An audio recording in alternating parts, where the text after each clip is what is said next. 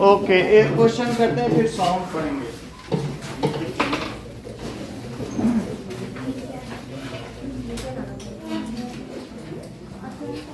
Two chords of length 5 centimeter and 11 centimeter of a circle are parallel to each other. तो दो chords हैं A B and C D, एक 5 centimetre की और एक 11 centimetre की है। ऊपर वाली 5 की मान लें, तो ये 5 सेंटीमीटर है, बात ना करें 11 सेंटीमीटर, ठीक है। वो बाहर जाके पढ़ाओ अरविंद, यहाँ नहीं, पैरेलल में क्लास नहीं चलेगी, पढ़ाना ले जाओ उसको। और ए बी और C D now are parallel and on opposite side of center if the distance between them is 6 centimeter। ये पैरेलल है तो इनके बीच की डिस्टेंस यही ले लो, परपेंडिकुलर डालो और सेंटर से होते हुए यहाँ तक ले लो, तो क्या यही 6 है। if the distance between chord क्या है बताइए, given है कि AB is parallel to CD और क्या है, AB is 5 centimeter and CD is 11 centimetre और उनके बीच की डिस्टेंस क्या है, MN, perpendicular distance 6 centimetre. So that is MN is equal to 6 centimetre, जो कि O से पास हो रहा है। इतनी बात है, आपको रेडियस पता करना है, find the radius of circle. Okay, तो ये रेडियस है। अच्छा, perpendicular on chord from centre bisects the chord, यदि ऐसा है तो पूरी 5 है, तो ये कितनी हुई 2.5। अगर मैं इस ON को x मान लूं तो ये लेंथ कितनी हुई 6 माइनस x। क्यों? क्योंकि ये टोटल लेंथ कितनी है 6, तो 6 में से हमको रेडियस पता करना है, फाइंड r, रेडियस पता करना है। तो ये x हुई, ये 6 माइनस x हुई, इसको भी मिलाओ, क्या ये भी रेडियस है और ये भी रेडियस है, सेंटर से मिलाया ना। तो अब ये जो n है, nd कितना हुआ, ये क्योंकि perpendicular drawn from centre to chord bisects the chord, तो ये 5.5 सेंटीमीटर हुआ। अब जरा ये देखिए कि सॉल्यूशन ON स्क्वायर और प्लस ND स्क्वायर, उत्कर्ष ये क्या हो जाएगा ON स्क्वायर, तो OD square, that is R square. तो ये ऐसा ट्रायंगल OND में होगा जहां पर ON की वैल्यू कितनी है, ठीक है। और ये क्या हुआ 5.5 का स्क्वायर, जो कि R स्क्वायर हो गया। यदि हम ट्रायंगल OMB में देखें तो OMB, तो OM square plus MB square R square. तो यहाँ पर भी देखो, तो OM कितना है 6 माइनस x स्क्वायर और MB कितना है 2.5 square, that is equal to R square. अब यहाँ लिख लीजिए MB is equals to 5/2, it is 2.5 centimeter, और ND it is 11/2, it is 5.5 centimeter as perpendicular drawn from center to chord, drawn from center to chord bisects the chord।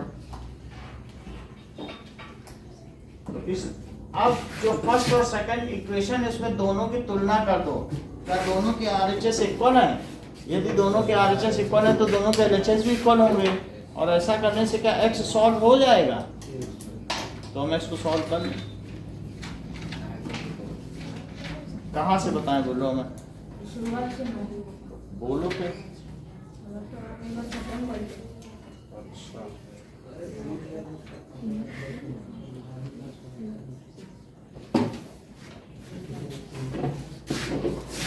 अच्छा, कहा जा रहा है कि दो ऐसी जीवाएं हैं जो असमान लंबाई की हैं, that is two chords of different length are parallel to each other, however at a distance of 6 centimeter from each other. Both chords are at opposite sides of center, one on either side and other on the either side. तो एक उधर है तो एक इधर हो गई, और इनके बीच की टोटल लेंथ कितनी है? 6 सेंटीमीटर। ये 5 सेंटीमीटर के 11 है। यदि ऐसा हो तो उस वृत्त की त्रिज्या ज्ञात करिए, find the radius of that circle. तो हमने ये निकाल लिया। यदि ये x है तो बताओ बाकी कितना हुआ? भाई टोटल 6 है कि नहीं है? तो 6 माइनस, अच्छा ये बताओ, ये समझ में आया कि परपेंडिकुलर डाला तो टोटल 5 तो 2.5, और ये कितना हुआ? 5.5। अब इसमें पाइथागोरस लगाओ, इसको लगाओ। तो मैंने इसमें क्या कर दिया? OM square plus MB square, तो क्या OB स्क्वायर हुआ?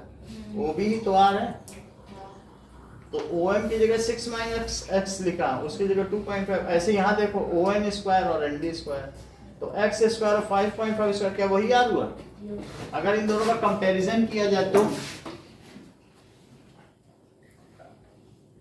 कंपेयरिंग 1 and 2 इक्वेशन, तो बताइए x स्क्वायर और प्लस 5.5 का square is 6 minus x square plus 2.5 का स्क्वायर। इतनी बात समझ आई? तो ये तो x स्क्वायर हो गया। अरविंद 5.5 का स्क्वायर क्या हुआ? 30.25। इसको कैसे लिखें? एक्सपेंड करो। 36 minus 12x plus x square. बहुत अच्छा। That is 6 square plus 2 into 6 into x, minus में बोला आपने, सही कहा, और प्लस एक्स स्क्वायर, और प्लस इसको क्या लिखें? 6.25। देखो इधर भी एक्स स्क्वायर है, इधर भी, या तो इधर ला के कट करो, नहीं तो ऐसे भी कट कर सकते हो। इधर लाओगे तो माइनस नहीं हो जाएगा, तो तब भी कट हो जाएगा। ये हो गया। अब हमारे पास सिर्फ x बचा है जिसे हम पता कर सकते हैं। तो ये 30.25 है, इसको भी काट लेंगे 6, और ये क्या है? इधर ले आओ तो माइनस 6.25, ठीक है, माइनस 36 भी ले, और माइनस 36, उधर पे माइनस 12x आएगा, निगेटिव पर देखा जाएगा। तो इन दोनों को जोड़ो, क्या 42.25 है? तो बोलो 30.25 और माइनस 42.25 से क्या बचेगा? बताओ। -12 बचा। तो बोलो -12 किसके इक्वल हुआ? -12x। तो बोलो x किसके इक्वल हुआ? x1 होगा। अगर हम x किसी एक में रख दें तो क्या हमें रेडियस मिल जाएगा? Put value of x in equation 1, तो that is 1 square plus 5.5 square is equals to r square, तो 1 plus 30.25 is equals to r square, तो ये 31.25 हो गया r square, तो root 31.25 is equals to r। यहाँ लिखो 31.25, तो जोड़े बना लो, 5 5 जा 25, तो ये 6 आया, और इसको इसके नीचे लिखो, तो 10 के आगे क्या लिखें कि वही चीज आ जाए 5 में, तो फिर बचेगा, और क्योंकि डेसिमल के बाद का उतारा है तो 525, ठीक है। अब देखो 6 ले तो 6 नहीं, एक बन जाए 5 है ना, 31.25 है, 1 भी था। 6 100 हो गया, 2 जीरो और लगाओ, तो बोलो कितना हो गया? 110। यहाँ जो लिखो सो यहाँ लिखो, 9 टाइम जाएगा क्या?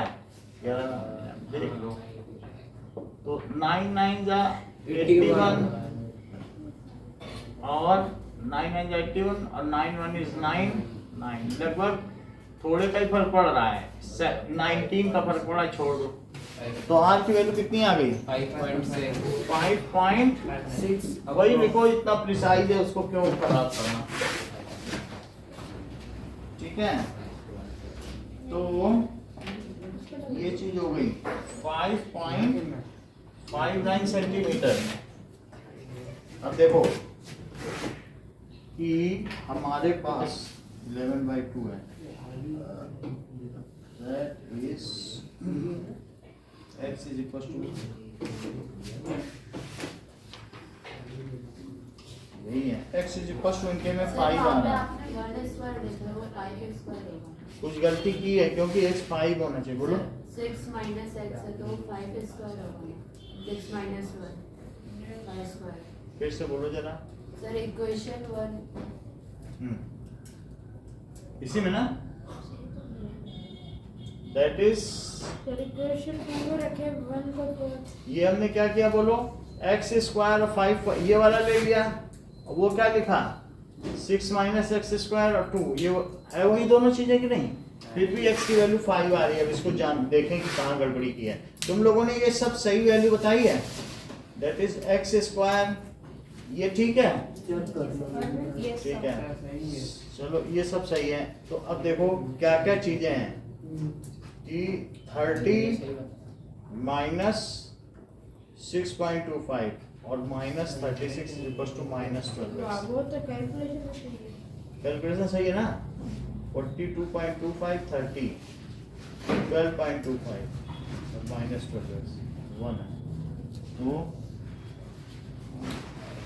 हमारे पास x उन्होंने कुछ और लिया होगा, x 1 है, ठीक है, वो सब सही है। 6 minus x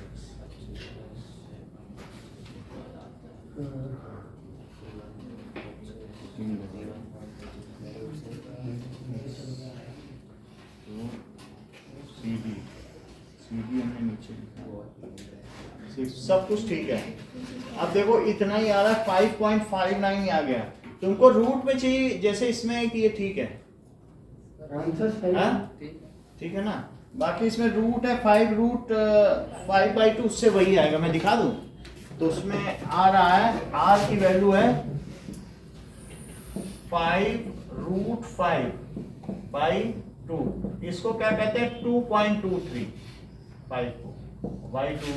तो इसको मल्टीप्लाई कर लो, 5 से 15 और 5 से 10 5 से 10 और 11 by 2। तो 2 से करो जरा,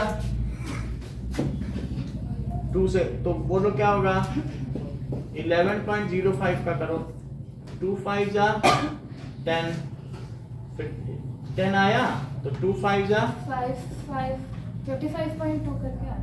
कितना, 55.2 करके। तो ये देखो 5 है तो 50.2, तो इसको हम 5√5 को और प्रिसाइज निकाल लेंगे तब फिर सही है। कितना 2.236 ना, जो भी होगा ऐसे ही आएगा। ओके चलो, ये पूरे एग्जाम्पल के हैं, सभी क्वेश्चन है ना, पूछ लिया करो। ओके नाउ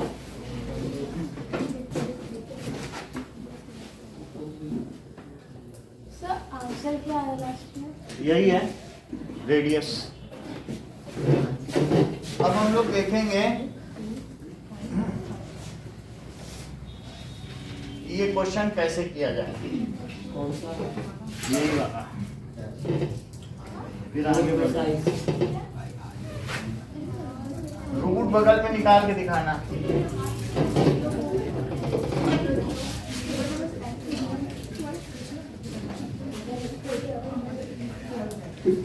लिखते सभी हैं, सब स्मार्ट है आजकल, कोई डर नहीं है।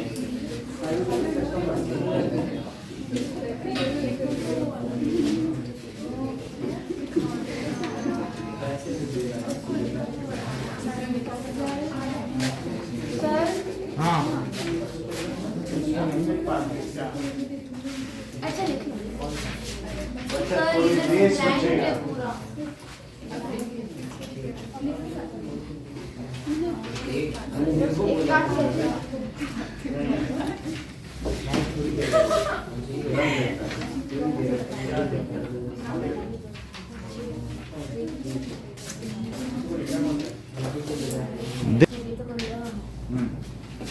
Now,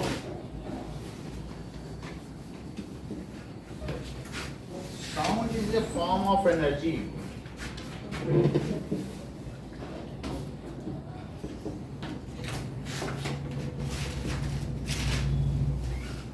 Which enables us to hear.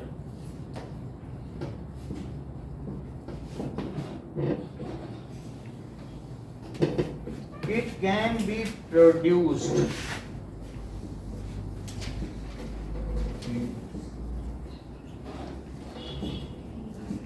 by vibrating strings.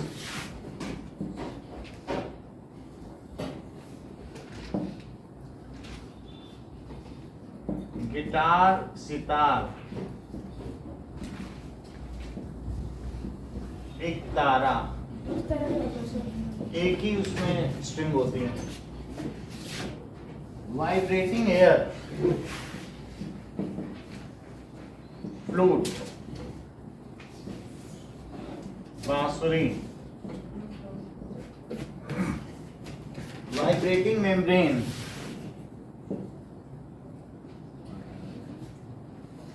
Tabla, नगाड़ा, ड्रम,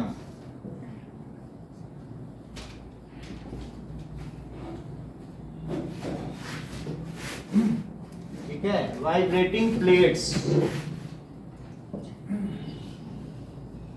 मजीरा या सिंबल्स, इसे सिंबल्स में लिखना, मजीरा लिखना। झुनझुना किस में आएगा? वो जो होते हैं ना, मजीरा बजा जाते हैं, symbols.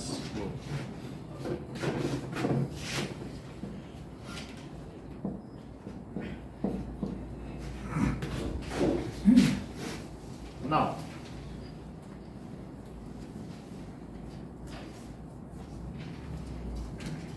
describe with the help of diagram how compression and rarefactions are produced in air near sound. तो आप इसके लिए क्या करें, ट्यूनिंग फॉर्म बना दें और उसके आगे कंप्रेशन और रेयरफैक्शन कंसेक्यूटिव बना दें। हाँ, next is second question is covered.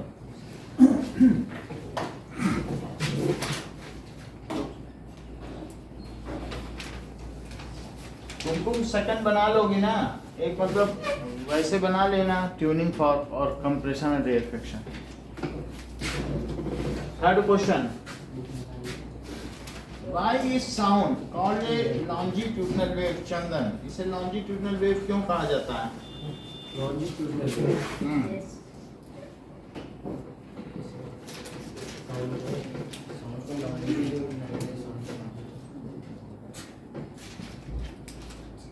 As particles of medium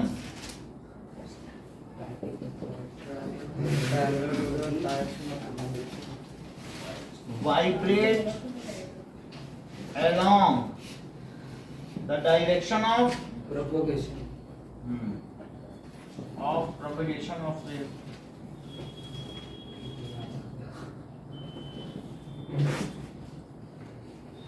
तो वो एक क्वेश्चन पूछना था ग्रेविटेशन से। तो 100 किलो कॉटन और 100 किलो आयरन, भारी कौन सा होगा सर? 100 किलो कॉटन, कैसे? वो बता रहे हैं, अभी बता रहे हैं। चलो, नेक्स्ट इज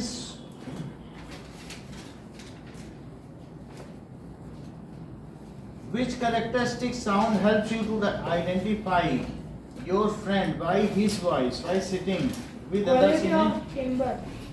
timbre, ठीक है? तो क्वालिटी और timbre of sound.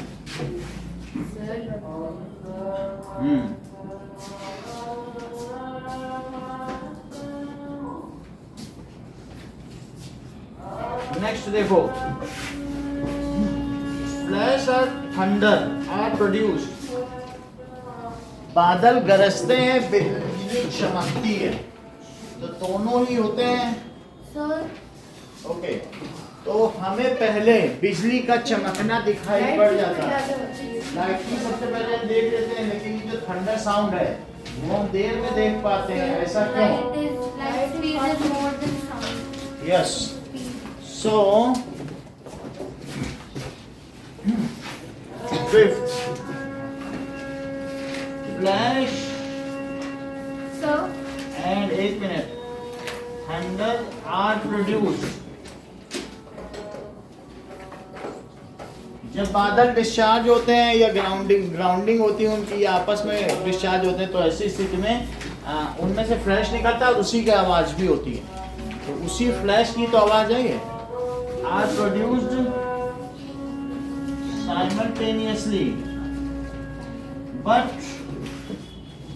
We see flash first, 1 minute, while hear thunder sound later on। क्या आपने कभी ये अनुभव किया है कि नहीं? ये तो ऐसे बहुत सारे वीडियो हैं जिसमें आप देख सकते हो, पहले आवाज में वो सुनाई दिखाई पड़ गया, बाद में सुनाई पड़ा। तो फाइटर प्लेन्स का क्या है? फाइटर प्लेन पहले दिखाई दी उनकी लाइट। नहीं, वो तो लगातार आवाज आती है, तो नहीं भी दिखाई देंगे तब भी आवाज आती रहेगी। तो बाद में आवाज आती है ज्यादातर। फाइटर प्लेन तो कंटिन्यूअसली चल रहे हैं, तो तुम उसको रिलेट नहीं कर पाओगे कि ये फाइटर प्लेन की पहले की आवाज है, बाद की चल रहा है उसकी आवाज आ रही लगातार, है ना? बादलों में इलेक्ट्रिसिटी कैसे बनती है? बादलों में जैसे क्या होता है, वाटर ऊपर जा रहा है और हवा का भी मूवमेंट है, तो इनके बीच में रबिंग की वजह से when two dissimilar objects are rubbed with each other then charges are produce, यही है की बुक में था कि नहीं?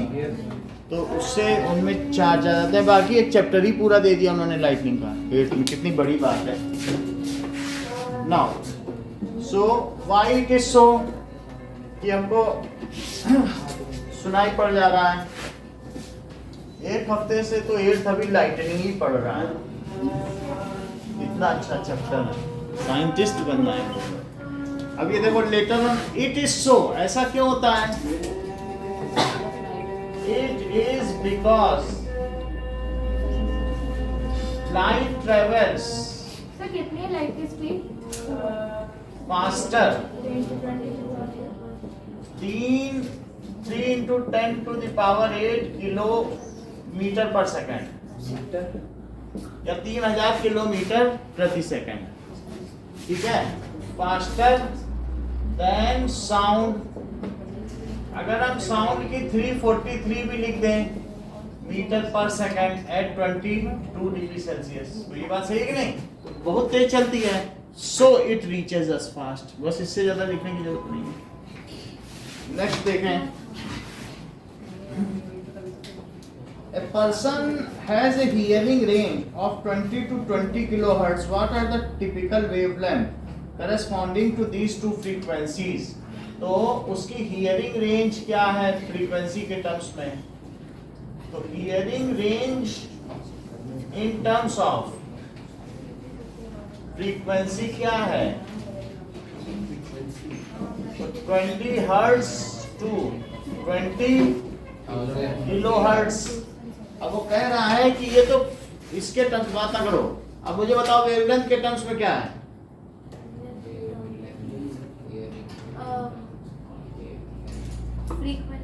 करेक्ट। जैसा इन्होंने नॉइज हम लोगों को बताया कि अगर फ्रीक्वेंसी 20 हर्ट्ज है तो हमें मालूम है V is equals to nu lambda, तो उसने कहा कि 344 ले लो और न्यू 20 रखो, तो लैम्डा कितना आया?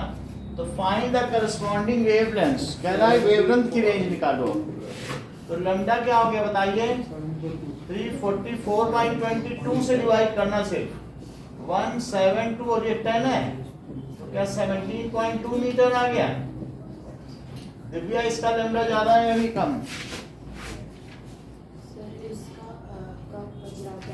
अच्छा, तो that is now nu is 20 kilohertz, तो दैट इज 20,000। बिल्कुल करेक्ट है।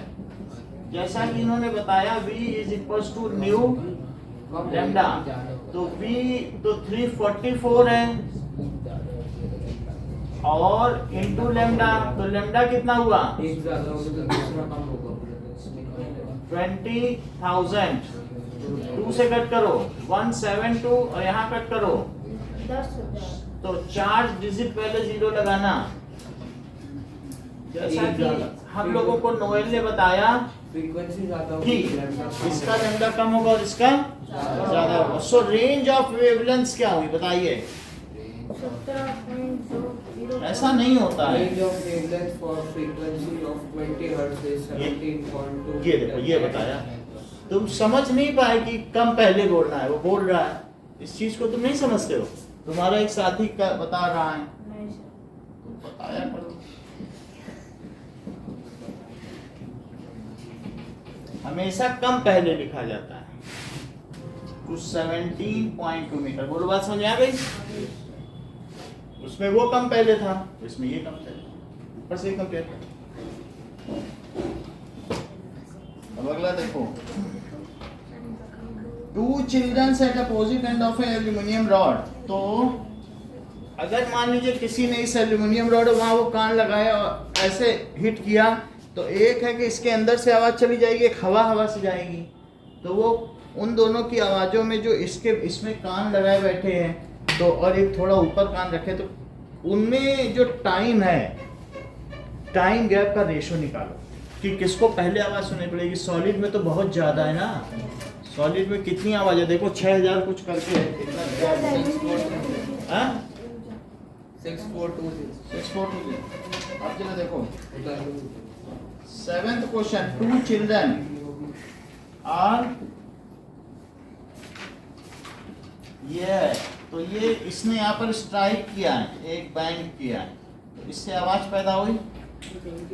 चाहे तो इससे चली जाए आवाज और चाहे तो एयर से भी जा सकती है। क्या इसके ऊपर एयर है, उसके थ्रू भी जा सकती है, या तो इसके पार्टिकल ऑसिलेट कर, तो 2 तरीके से आवाज जाएगी, ये एयर के माध्यम से और ये रॉड के माध्यम से।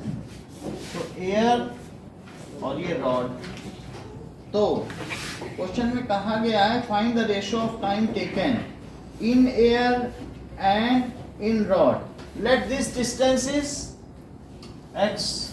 और हमें किसका किसका रेशियो चाहिए? टाइम क्या होता है बताओ? Time period equals to 1 period से नहीं मतलब है, तुम ये बताओ स्पीड क्या होती है? x/t, तो t क्या होगा? x अपॉन v, सही है? इतनी बात समझ आ गई? तो t is equal to x upon v। अगर मैं कहूँ एयर का रिस्पेक्ट में निकालना है तो find the ratio of time taken in air, तो टाइम इन एयर कितना लगेगा बोलो? अगर एयर में भी तो उतनी लेंथ चलनी पड़ेगी, और एयर में इसकी स्पीड क्या ले ली जाए? 25 डिग्री सेल्सियस। ठीक है, तो 344 ही ले लो, ऊपर वाला केस है, कोई बता नहीं रहा है वो, तो 344 मीटर पर सेकंड, और ये हमें दिया नहीं है। अगर आप 640 लोगे वो तो 25 डिग्री सेल्सियस होता है, तो आपको एयर की भी लेनी पड़ेगी, 346 लेनी पड़ेगी। अब अगला देखो, अब हम एल्यूमिनियम में लेंगे, कितना दिया है वो देख लेंगे, उसके हिसाब से एडजस्ट कर लेंगे जिससे आसानी से कट जाए। जैसा चंदन ने बताया कि एल्यूमिनियम में क्या इसकी स्पीड होगी बताओ? 642 है वही लेंथ, तो बताओ टाइम इन एल्यूमिनियम क्या होगा? टाइम इन एल्यूमिनियम, तो that is x by v, और v कितना है? ठीक है, 346, 6420,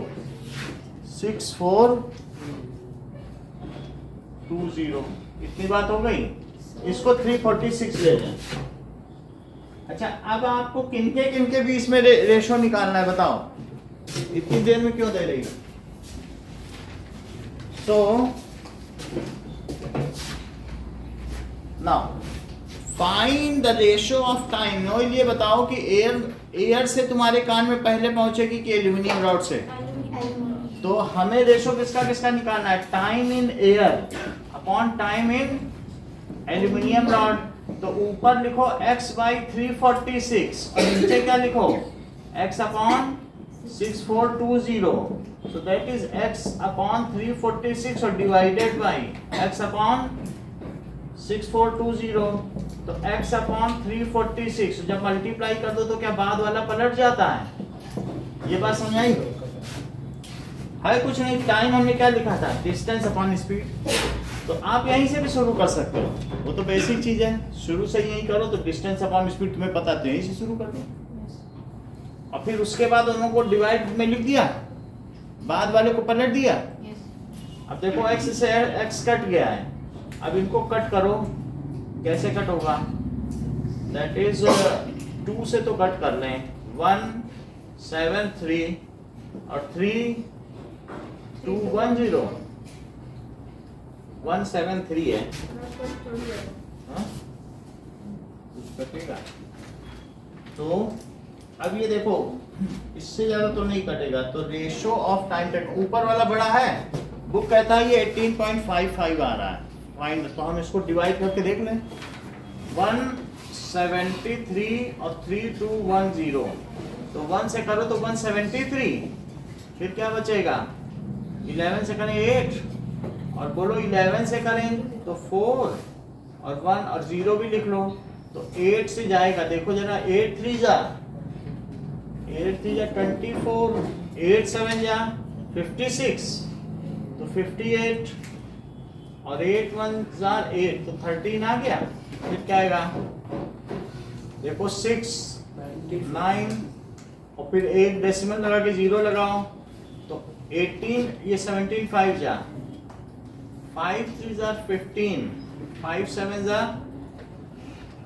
35 और 36, 5 1 is 5, तो ये 18.5 है, एक और 5 आएगा, जरा देखो तो यहाँ 9 आ गया क्या, और यहाँ भी 9, तो लगभग वही चीज आ गई कि नहीं? तो 5 नहीं आएगा, 0 minus 5, बोलो 10 minus 5, तो ये 5 आ गया, ये 9, तो वही चीज आ गई, तो फिर से 5 में आ गया 865, तो कितना आ जाएगा बताओ?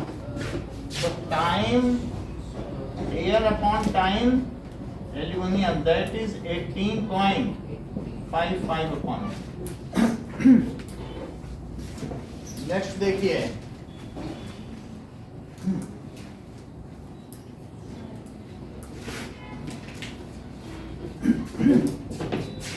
next question is frequency of sound source is 100 hertz, how many times does this vibrate in a minute? Devika, अगर किसी की फ्रीक्वेंसी 100 हर्ट्ज है तो 1 मिनट में वो वाइब्रेटर कितनी बार वाइब्रेट करेगा? रुक जाओ, तो कॉमन सेंस लगाने दो, आसपास तो बाजार घूमती है ना, तो कॉमन सेंस लगा लेंगे। हाँ बोलो दिव्या, फ्रीक्वेंसी 100 हर्ट्ज है तो 1 मिनट में वो कितनी बार वाइब्रेट करेगा? 6। सही ना, तुमने तो अच्छा बता दिया। So frequency is equal to number of oscillation upon time, तो जो टाइम है उसको हमें 1 मिनट को किस में बदलना पड़ेगा? 60 सेकंड, और फ्रीक्वेंसी को लिखो 100 हर्ट्ज। हर्ट्ज का मतलब होता है पर सेकंड ना, 100 हर्ट्ज या ऑसिलेशन पर सेकंड, नंबर ऑफ ऑसिलेशन हमें पता नहीं है। अब frequency is equal to number of oscillations upon time, जो कि 60 सेकंड है, तो बोलो 100 तो हर्ट्ज है, हर्ट्ज को पर सेकंड लिखते हैं कि नहीं, और इनटू 60 सेकंड, तो नंबर ऑफ ऑसिलेशंस कितने आ जाएंगे? सेकंड, तो सेकंड इनवर्स कट जाएगा क्योंकि -1 और +1 से 0 ही आ जाएगा, तो अपॉन में भी लिख सकते हो। तो ये कितना आ गया? 6000 नंबर ऑफ ऑसिलेशंस। तो 1 मिनट में, 1 सेकंड में 100 कर रहा है, तो 1 मिनट में कितनी बार वाइब्रेट करेगा? 6000। Does sound follow the same law of reflection, Kanishka, as light does? Explain. Yes. बोलो।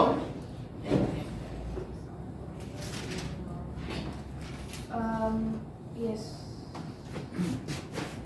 जैसा कि कनिष्का ने हम लोगों को बताया कि हाँ, ध्वनि भी परावर्तन के उन्हीं नियमों का अनुपालन करती है जिसका कि प्रकाश। नाउ सो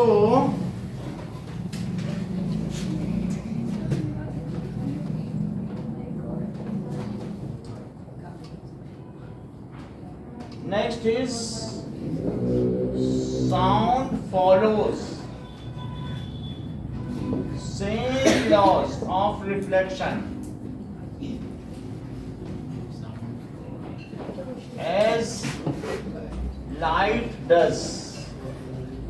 ठीक है, अब इसके ये लिखिए, that is incident sound wave, sound लगा देना, रिफ्लेक्टेड साउंड वेव। हाँ चंदन, सेंटेंस पूरा करो। Incident sound wave and reflected sound wave and normal lies on the same ये नहीं plane. बता पाया, Are Normal equal. at the point of incident. यही फर्क रहेगा। एंड नॉर्मल, ये एवरेज बच्चों में, लेकिन ये तेज है।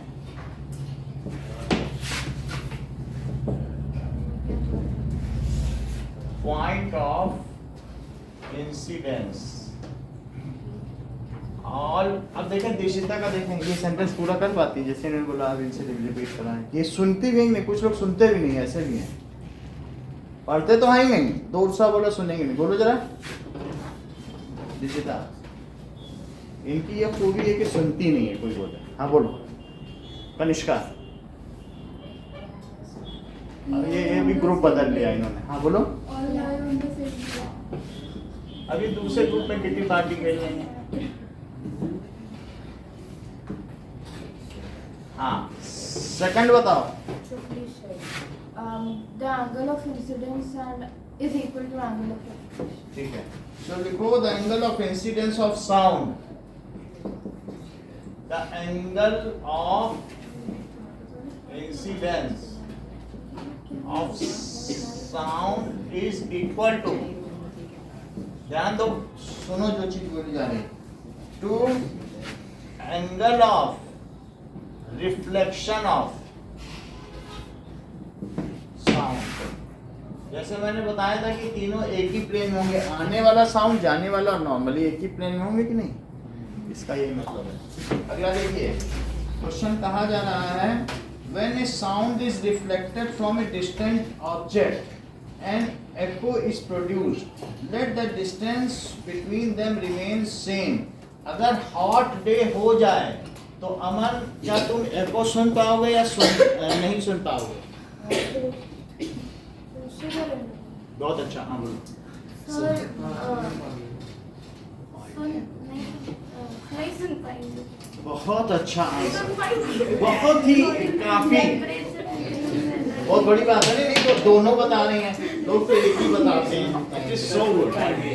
सो ये देखो, मान लीजिए ये सोर्स है या ये लिसनर है, यहाँ से सोर्स है और प्रोड्यूस किया गया और साउंड, तो इसने साउंड प्रोड्यूस किया, ये बोर्ड है, यहाँ गया और यहाँ पर आ गया साउंड। मान लीजिए ऐसा करने में साउंड ने 0.1 सेकेंड लिया, 0.1 सेकेंड लिया होगा, तो 0.1 सेकेंड में हमारा वो जो परसिस्टेंस ऑफ साउंड है, तो परसिस्टेंस ऑफ साउंड को जब चला गया तो दूसरा हमने को सुन लिया।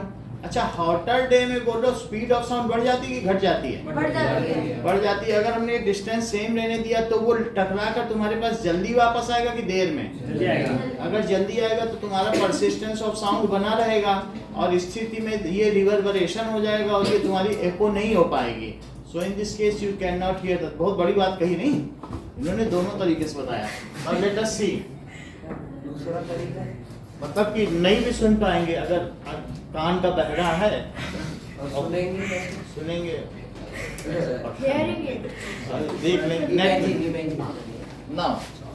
Now let us see कि speed of sound speed of sound increases on hotter day. बात ना करें, increases on hotter day. So it reaches sooner to the listener than before. So it reaches sooner after reflection to listener as compared to normal day.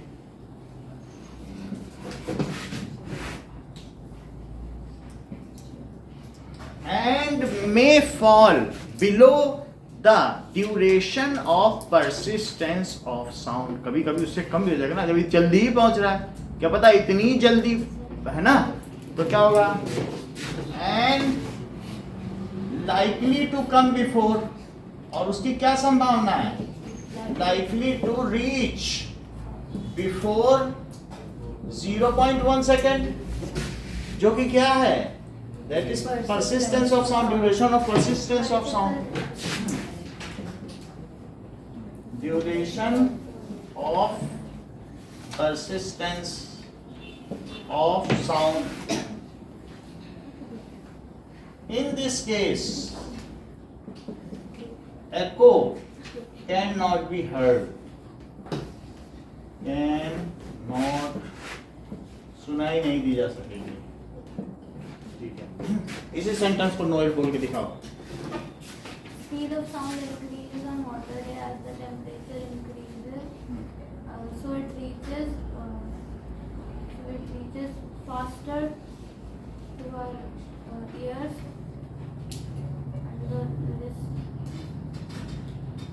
So it results in persistence of sound, and we hear the sound before 0.1 second. थोड़ा और refined चाहिए, बोलो. Speed of sound on hot days is more as the temperature is more. So the sound reaches faster than the normal day. Sound reaches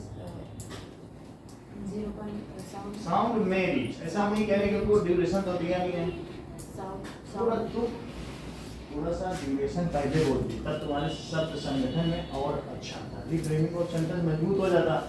तो तुमने sentence इधर उधर किए हैं. हाँ, sound may reach before 0.1 second.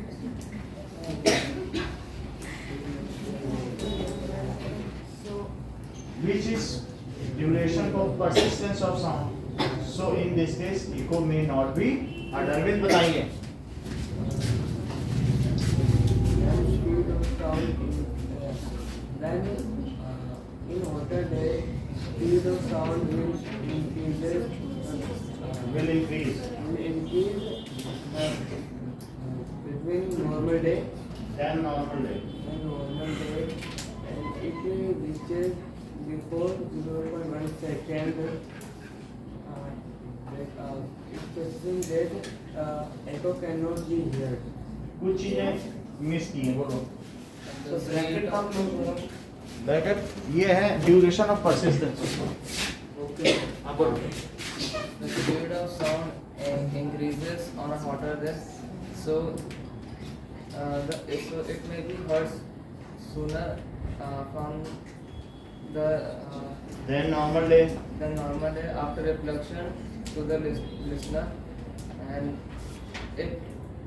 sound may be likely to hear before the 0.1 second, which is the duration of the persistence of sound.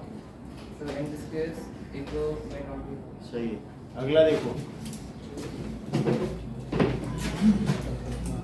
That is, give two practical applications of reflection of sound waves. Dishita, practical applications बताओ reflection of sound wave.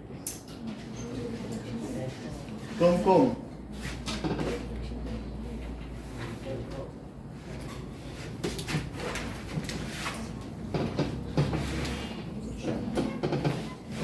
दो हम लिखा देते हैं. So So ये कुछ different है. That is 11 in megaphones. ठीक है, and stethoscope in ठीक है। अब जरा देखो, when a sound is reflected from a distant object and echo is produced,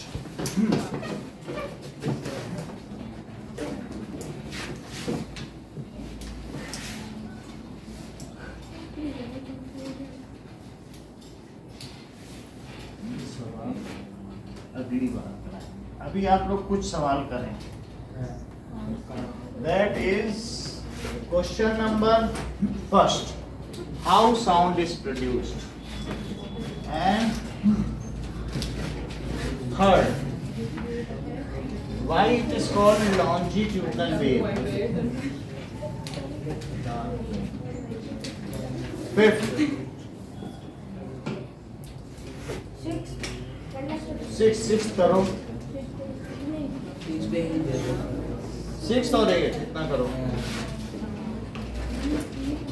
चलो ये लीजिए,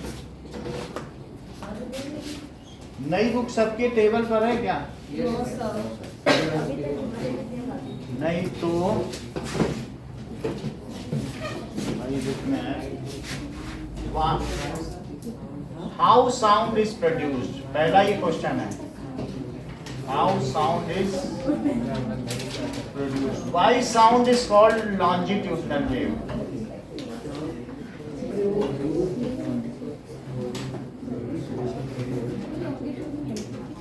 अगला बताओ अमन।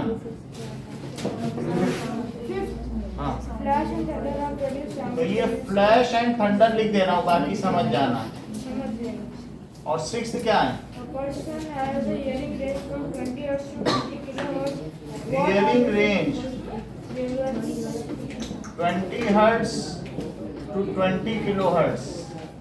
और बोलो ये क्या है? Frequency of the source of sound is 100 hertz. How many times does it vibrate in a minute? Frequency of source of sound is 100 hertz। ये देखो, अब तुम्हें पता चल जाएगा ना, रिकंसाइल कर लोगे मुझसे? कर लोगे। चलो